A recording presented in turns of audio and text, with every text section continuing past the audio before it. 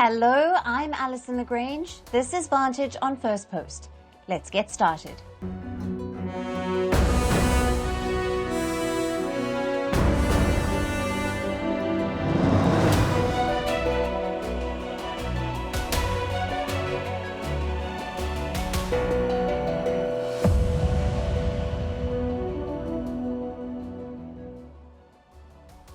The war in Ukraine is escalating. Last night, Russia launched a ballistic missile at Ukraine, with Russian President Vladimir Putin making a rare address afterwards. He says the Ukraine war is growing into a global conflict. Tonight, we'll tell you where this war is headed. In India, the fallout of the Adani row is growing. A former chief minister is now being dragged into the controversy. Israeli leader Benjamin Netanyahu now has an arrest warrant in his name.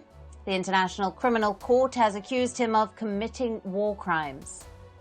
In Canada, Justin Trudeau's information warfare against India is backfiring. And why the island nation of Tuvalu is uploading itself to the metaverse. All this and more coming up, but first the headlines. Brazilian police call for the indictment of former President Jair Bolsonaro. This is over an alleged 2022 coup plot. It was to prevent the current leader, Lula da Silva, from taking office. Bolsonaro says he is a victim of persecution. The charge of attempting a coup carries a sentence of up to 12 years in prison. In India, at least 10 Maoists killed in an encounter in Chhattisgarh's Sukma district. Several weapons, including AK-47 rifles, have been recovered. A search operation is still underway. Chhattisgarh's chief minister says that nearly 200 Naxals have been eliminated in the last 11 months.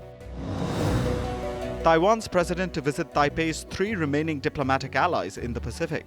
But no details given on whether there will be transit stops in the US. Taiwanese presidents usually use visits to allied countries to make stopovers in the US. A move which angers China. Washington is Taipei's most important international backer and arms supplier. French President Emmanuel Macron slams Haiti's transitional council, calls them total morons for sacking the country's civilian prime minister. Haiti's foreign ministry summons the French ambassador, calls Macron's comments unacceptable.